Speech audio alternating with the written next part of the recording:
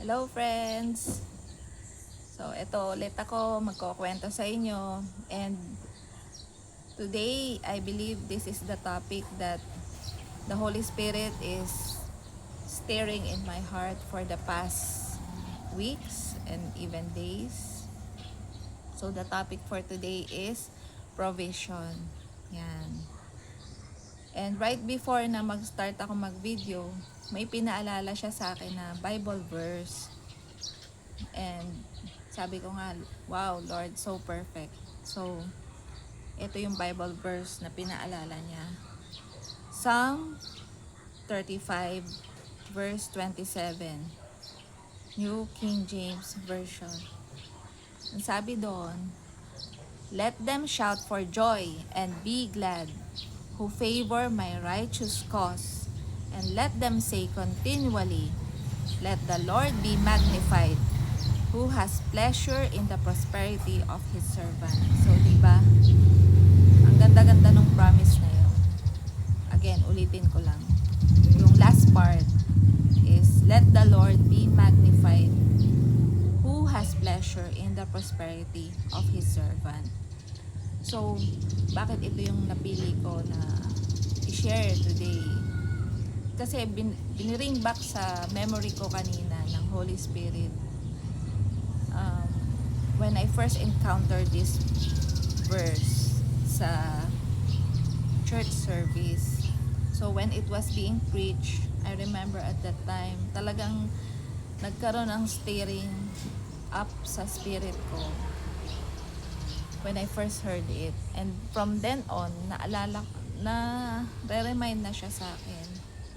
And this came when I was at the lowest moments of my Christian journey. Naalala ko noon na talagang tight kami sa budget.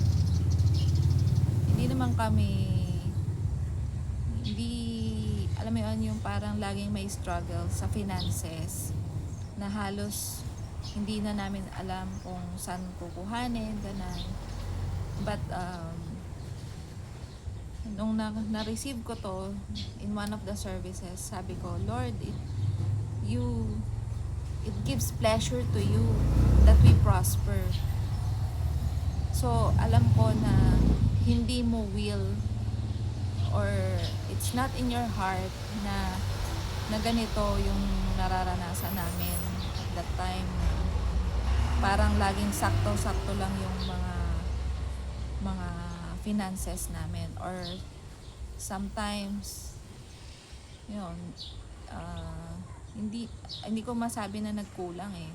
It's just that parang laging it's just enough. Yun. So of course I'm grateful, 'di ba, na we have enough, right? At saka ito pala yung word na prosperity and provision, yun. So gusto ko rin siya na i-differentiate.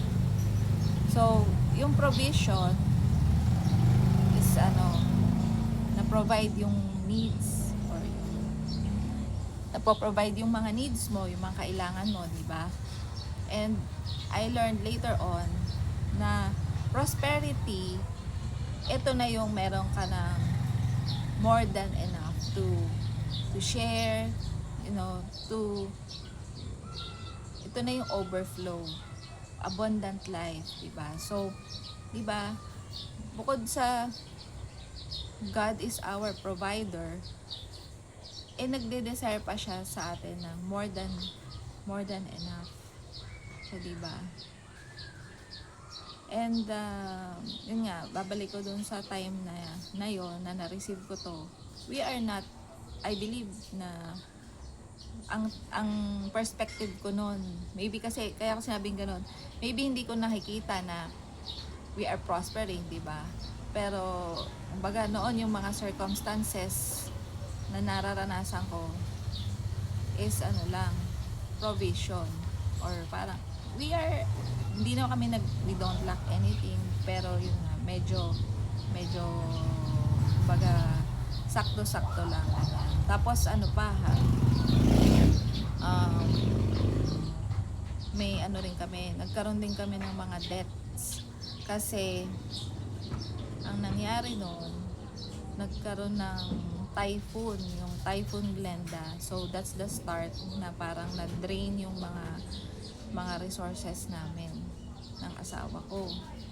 So, talaga, nasira yung bahay namin. Tapos, yung farm namin noon is, kumbaga, nasa peak ng production ng dragon fruits noon. And, nung dumaan yung typhoon, yun yung harvest time. So, talagang na-wash out yung mga ina-expect namin sana na ha-harvestin noon. And, ang daming damages. So, from then on, ang laki talaga nung nawala na income sana. And at the same time, thank God pa rin, He sent people to help. So, may nag-offer ng loan, or it's not really a loan, but it's actually a help. Kasi pag loan, di ba may interest. So, this person gave extra capital for my husband. So, di ba, is for me, mamaya, mako-connect natin na it was really like a hand of God touching that person, na hindi na kailangan kami magbeg or maghanap, but this person was sent to support my husband.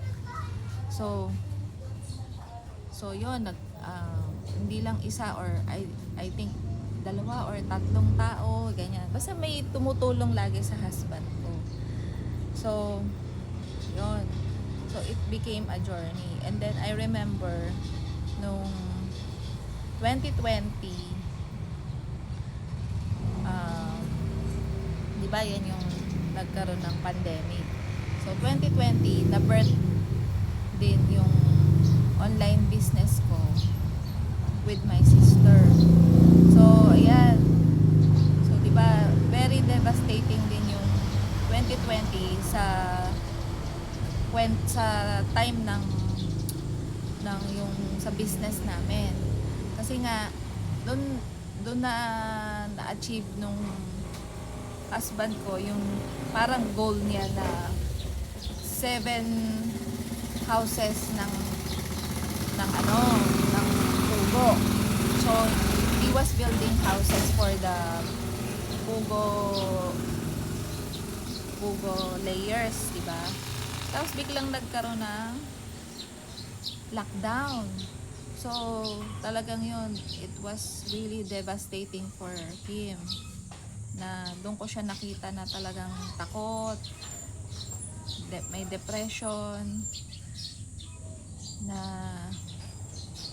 yung talagang we had to sacrifice that 7 houses full of quail layers. So for him, ako kasi hindi ko siya personally na-witness. Yung husband ko talaga yung kumbaga araw-araw niya yung ilang years niyang binild up, tinry na i-build up yun, diba? Tapos pagdating dun sa eto na set up ko na yung goal ko, 7, is biglang it was all taken away within a week, or kailangan mabilis din siya magdesisyon nung pandemic, kasi nga walang mabilhan ng feeds, tapos wala na rin pumapasok na sales. So from what I know, yung 7 houses na yon, that's, kung para mabigyan ko kayo ng idea, sabihin na natin halimbawa maraming quail eggs, nasa peak na kasi na ng production. So sabihin mo isang truckload, mga ganon, per day. So he had to give that up. Ang ginawa, pinatay lahat yung mga quail, and then naggawa ng malaking grave, and then inilubog na lang dun yung mga quail. So, I did not see that personally, pero imagining ko lang. It's so heartbreaking. It's so gruesome para sa kanya. And then, at the same time, hindi mo nga alam kung paano mo iso-support pa yung mga workers mo, 'di ba? And our workers, they have their own families living in the farm. So, siguro talagang grabing pressure yung naranasan ng asawa ko noon, nung 2020. Tapos, yun nga, luckily, na sabihin, God also provided a way na malampasan namin yun. So, nagkaroon ng online na business kami, yung sister ko. So, kahit papano, yun, nagkaroon ako ng parang sarili kong income na, kumbaga, for the longest time na wala akong sarili kong income, asa lang ako dun sa husband ko, dun sa farm. So ngayon, meron pumapasok na cash para dun sa mga, ito, hindi naman ako hininga na ng husband ko, but yun, so yung mga nabibili ko na namin, yung mga extra na mga wants. Yan. At the same time, kasi naging mas magaan yung flow ng finances. Despite na, diba, pandemic nga. Tapos yung husband ko, it also became the turning point ng faith niya, that 2020, when he finally encountered the Lord. Merong kaming life group leader noon na every 5 a.m. in the morning, nagsesend pala siya ng word sa husband ko. Hindi ko naman alam. So, ganun lang. Nababasa nung husband ko yung Bible verse, tapos parang devotional.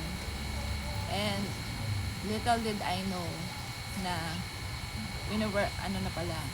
tinatouch na ni Lord yung heart niya towards him. Tapos ako naman, di ba nauso yung online church. So, nanonood na lang ako nakikita ko ng husband ko na nanonood sa maliit ko na cellphone. At parang lagi niya akong nakikita na gano'n. So, sabi niya, ano yan, online church? Sabi ko lang, oo, gano'n. So, hindi pa talaga, although nakakapag-church na siya, pero hindi pa talaga, kumbaga ganun yung devotion niya kay Jesus, or parang sa kanya, church lang yan, or activity lang, gano'n. So, nakikita niya ako na nanonood ng online church. Tapos isang araw, sabi niya sa akin, punta tayo sa New Life. Nung nag-open na yung church ng pandemic. Sabi, sa isip ko, wow, talaga, inayaya niya ako. Kasi before, ako lagi yung nag-iisip pa ng way na i-convince siya na, pumunta naman tayo ng church. Parang, ako pa yung, parang very rare na siya yung may initiative. Parang ako pa yung ako yung nagmamanipulate ng mga ways para makapag-church lang kaming buong pamilya, no? So, when that happened, talagang nagulat ako na, siya na yung nag-take ng initiative na magpunta ng church, despite na, di ba, siya nga yung malaki yung fear sa pandemic, or malaki yung fear sa COVID. Pero siya yung parang, sige, punta tayo, nakamas naman, So, yun, nakabalik na ulit kami sa church. And then, yun na, nahalata ako na iba na yung heart niya. every Sunday, tuloy-tuloy na siya na meron na siyang enthusiasm na pumunta sa church. And yun, malaking blessing na talaga sa akin yun. Kasi sabi ko, wow Lord, how from a man na parang obligated lang na mag-church, ngayon, kahit na umuulan, kahit na may, parang di ba may minsan nagsesend ng mga notification na may earthquake, talagang ano siya, pumupunta. And yun na nga, di ba, challenge din kami sa mga finances. Pero, sige, pumupunta siya. Isipin mo yung fuel expenses namin, yung sa food. Yan. So, the Lord really made everything work out. Kahit tumaas pa yung fuel, nakakapunta pa rin kami sa church. Sabi ko, Lord, wow, such a blessing. Tapos, alam mo, hindi ko na lang maalala exactly. Unti-unti din kaming nakabayad doon sa mga napag-uutangan namin. Na dati, talagang sinabi ko na kay Lord na, Lord,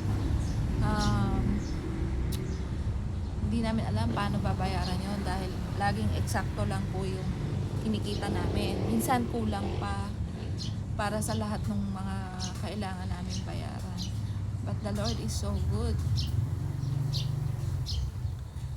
So, unti-unti yung mga debts na nagkaroon kami ng extra para mabayaran yung mga tao na nagpahiram sa amin during our lowest time. At nung pandemic din, 2020, nung nagkaroon ako ng income, although dati nagbibigay na naman ako or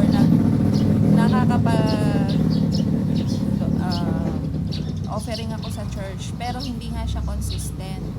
So 2020 is my 40th birthday. So sabi ko, Lord, I will be consistent in giving. And yun, ginawa ko siya na parang dahil binless mo naman ako, sabihin, despite na, di ba, pandemic, meron kang alam mo yun, protection, blessing sa amin. Sabi ko, sige, I will start to tithe from now on.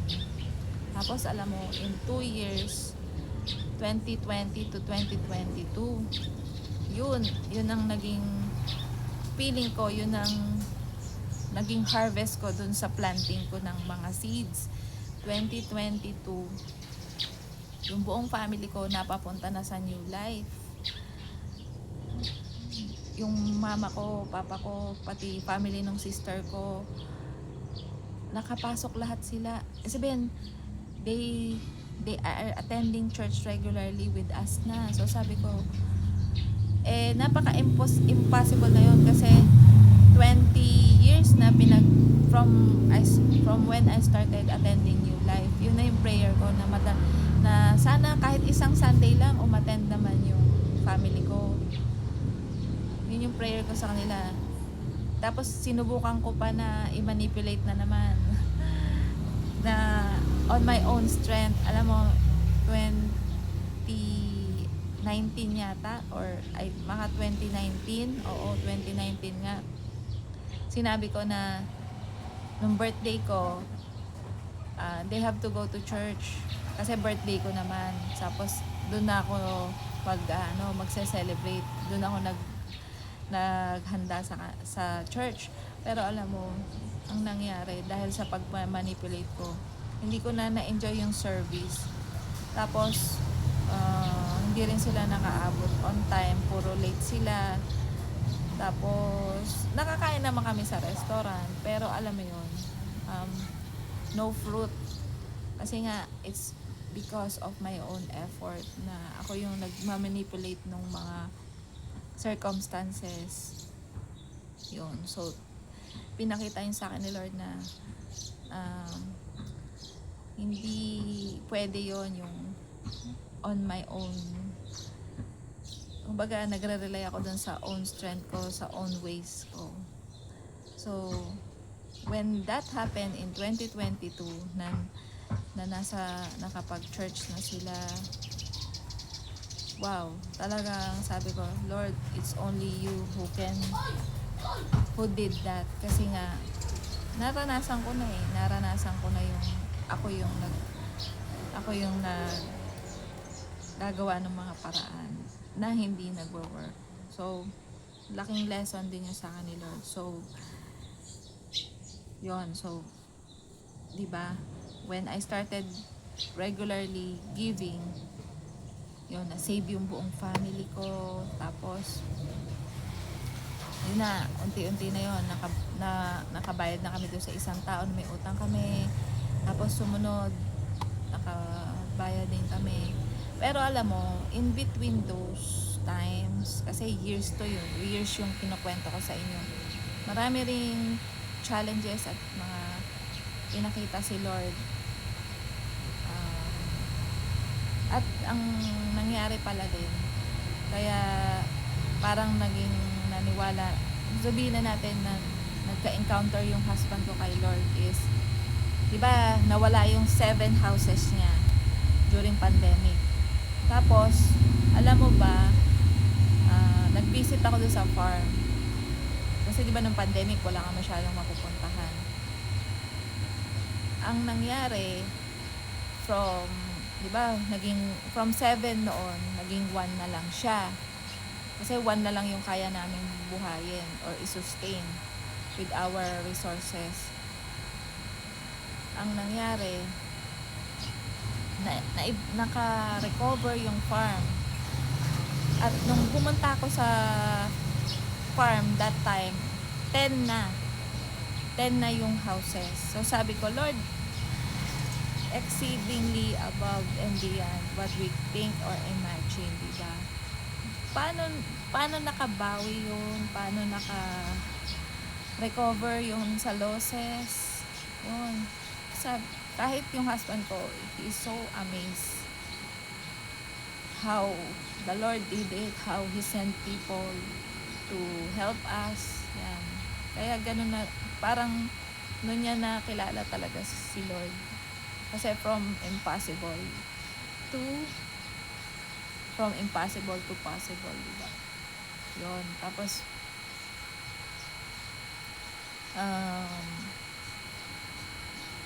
so, diba 10 yun? Pero, as I am making this video, naging 15 na siya ngayon.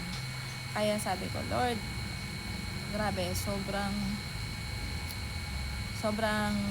thankful talaga po. 15, and then I think my husband is planning to build 2 more this year. So Lord, thank you again. Tapos hindi, yun na, nakabayad na kami ng isang malaking utang. Una muna yung maliit na utang muna yung mga binayaran namin. Tapos sumunod yung medyo malaki na matagal din yun na pinag-pray ko, pero nabayaran na rin. Tapos yung last na malaking utang namin is sabi ko, yun talaga medyo, sabi ko, Lord, ikaw na to, ikaw yan. Pag nabayaran namin po yan, talagang it's only by your power. Kasi sabi ko, malaki talaga siya. At alam mo, ang grace ni God, so amazing. Nung time na meron na kaming pangbayad, di-message namin yung pinagkakautangan namin. Sabi, hello po, can we meet? Because we want to pay off our debt na more than 10 years na yung utang namin na yun. Kasi from Glenda nga yun. So, alam mo yung sinagot nung tao na nagpautang sa amin ng pinakamalaking amount. Sabi niya, no, it's okay. Ano na yan? You are cleared. Add it na lang sa inyong capital. Sabi ko, Lord, paano yon? How can our debt be canceled? diba? Sabi ko, napaka amazing ng blessing ni Lord. And tapos yun na, bumalik na yung mga lessons na natutunan ko rin over the years, na kasi may mga tao rin na mga umutang sa amin na hindi rin nagbayad. Meron isa ganun, 200,000, mga ganyan. Tapos yung mga iba-iba pa naming mga dineliver na hindi rin binayaran. Kaya maraming ganun, mga sinuplayan namin tapos hindi kami binayaran, may mga 100,000 ganyan. So sabi ko, wow Lord, more than enough yung binalik mo. Sabi talaga, di ba, sa word na vengeance is mine, I will repay. So kung yung mga tao na hindi na nagbayad sa amin is hindi man sila yung mismong nagbalik ng pera, pero gumamit si Lord ng ibang tao to repay all that was lost, all that was taken from us.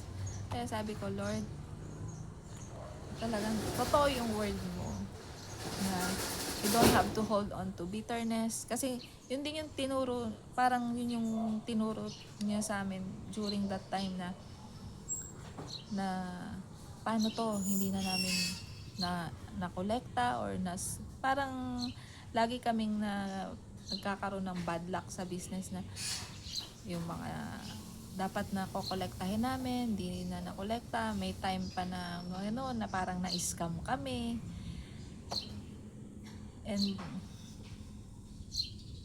And sinasabi lang lagi na ng husband ko na kumbaga, don't keep on going to that, na kasi nga magkakaroon ka ng bitterness toward that person. Kumbaga, si husband ko, ang bilis niya mag-release, parang okay, wala na tayong magagawa doon. Parang ako naman yung parang naapektuhan ako ng mga gano'n na nangyari sa amin over the years. Pero ang tinuro doon sa akin ni Lord, yun, how to release forgiveness towards those people. Yeah. Na alam mo yun, binigay mo naman talaga yung trust, binigay mo yung products, pero ganun pa rin yung ginawa nila sa amin.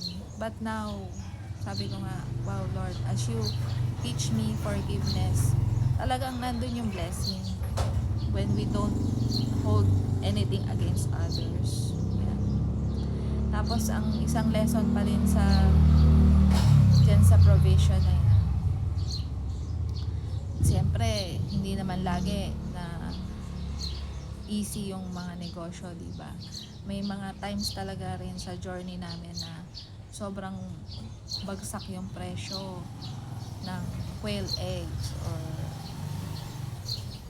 yung quail eggs particularly, na minsan walang customer, walang bumibili. Ang daming mga instances na gano'n.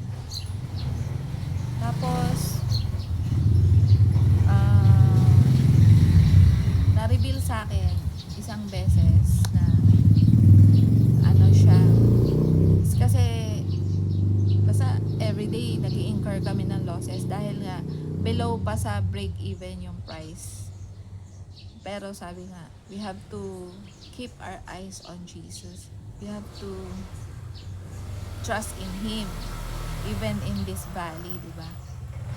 So ang pinadala na word sa akin ni Lord that time is yun palang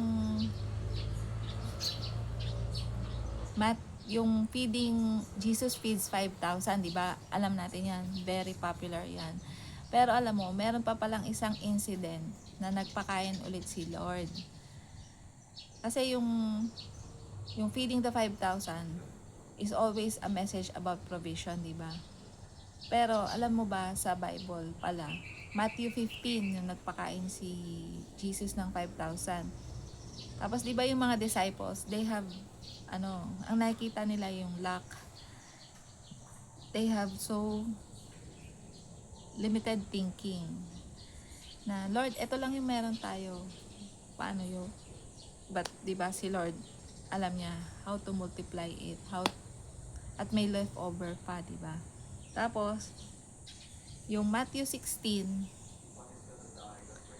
in just the next chapter, nakalimutan na agad nung mga disciple niya na mayroon ng ganitong miracle si Lord eh. Nakalimutan na agad nung mga disciple na. The same, gano'n, may crowd. 4,000 naman yung crowd. Mas maunti. 4,000 men. Tapos, merong si Jesus na 7 loaves instead na 5. So, tapos a few fish, hindi in-specify kung ilan yung dito sa pangalawang miracle. So, and ganun ulit. May leftovers. So, pinapakita lang doon. Pinakita sa akin ni Lord nung na-reveal niya yung dalawang story na yun through preaching din na oftentimes we go through parang season na, Lord, paano to? Impossible. Ang hirap, Lord. Paano makaka-survive dito? And pinakita doon na if He did it before, He will do it again. He is not limited to our own understanding, ganyan. Yun, so parang nung sinabi yun ni Lord na, ano bang kinakatakot mo? 'Di ba naka-experience ka na sa akin ng ganon, ng feeding the 5,000. So, there's still itong situation mo, sa tingin mo, I cannot do it, or I will not be able to get you out of that. So, nung na-reveal sa akin yon, yung story ng Matthew 15 at Matthew 16, from then on, mas parang mas confident na ako na Lord, okay, I know you are already our source. Isa pa rin yun na binuilt in sa akin ni Lord na God is my source, not my own efforts, not my own abilities. Kasi yun na, di ba nabanggit ko sa inyo, na-bless ako ng isang online na business, di ba? Pero alam mo, temporary nga kasi yung mga bagay na gano'n. So, it came to an end. And it was heartbreaking. Sabi ko rin noon, Lord, paano yun yung giving ko monthly? Bukod pa kasi, yung sa husband ko, meron siyang sariling giving niya. Ako, yun, personal ko yun. Kumbaga sa akin yun. Kasi ako ngayon nag-start. Sabi ko, Lord, so pag nawala na po ako ng sales doon, sabi ko, I will not, nagkaroon ng temptation na, wala na akong income, so I will not give anymore. So, pero, ayun na, sabi ko, no, I will continue. Pero may mga ganong temptation sa utak ko na, wala ka ng income, so wag ka nang mag-tithes. Pero I continued, I pursued, na kahit wala nang pumapasok na income, yun yung winark out sa akin ni Lord na my grace is sufficient in your weakness. Yun yung pinanghawakan ko noon. So I continued to give, I continued to sow, and alam mo, hindi na, the well did not dry up. Yun ang masasabi ko. Tapos yung mga ginawa parang nung season rin na yun, binuilt up ni Lord John na nagkaroon ako ng online banking. Basta sinet up niya yun, yung sa finances namin, ready to receive, para naging mas madali talaga. Tinuruan niya ako ng wisdom doon. And even up to now, sasabihin ko sa'yo na yung in-start ni Lord na yun, it never run dry, that well. Lagi siyang meron, laging may pumapasok. Although hindi naman lahat sa akin, but naging siya, naging well. Sabihin, pumapasok na mga pera kahit di pa sa akin. So, lagi siyang may laman. Tapos, sabi ko nga, wow, amazing Lord. Kahit na marami, sinabi rin sa akin ni Lord na parang isurrender ko talaga lahat yun. Yung akala ko na meron ako. The little that I have. So, sinabi niya sa akin, mag-give, may maraming instructions si Lord sa akin na parang, Lord, ano pa, parang, how can I do that, Lord? Diba, parang, pero yun din, yung season na binigay niya rin sa akin, yung don't limit God. So, yan. So, dumaan din ako dun sa study na yun na I have to overcome that mindset that I am limiting Him, limiting His resources, limiting yung blessings. Talaga, inalis yun sa akin ni Lord na yung thinking na yun. Kung mapapansin nyo, na-touch ko rin yun dun sa isang video ko dito when we went to the conference in the United States. So, that's the time na, yun yung lesson ni Lord sa akin na alisin ko yung limitations sa Kanya. So, yes. So, yun yung mga stories ko po na talagang masasabi ko na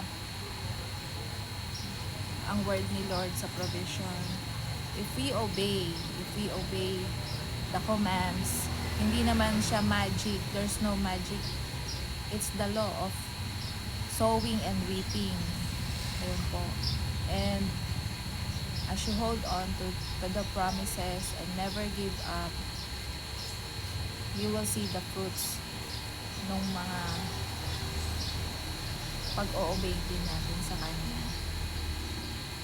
And diba, nakalagay din naman dito sa Psalm 35:27, diba? Let them shout for joy and be glad who favor my righteous cause.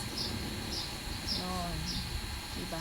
So meron, bago makuha mo yung promise, ang tanong doon, do you favor my righteous cause? Or we obey the righteous cause of God? Ano ba yung mga gusto niya na ipagawa sa atin? Or ano yung mga righteous cause when we hear that, diba? What are His agendas, diba? So, yun. Once we release everything to the Lord, and I know na i-guide din naman niya kayo, kasi I don't want to say na parang ito formula ito. No, I'm just sharing my journey with you. I know that individually God will have His own way of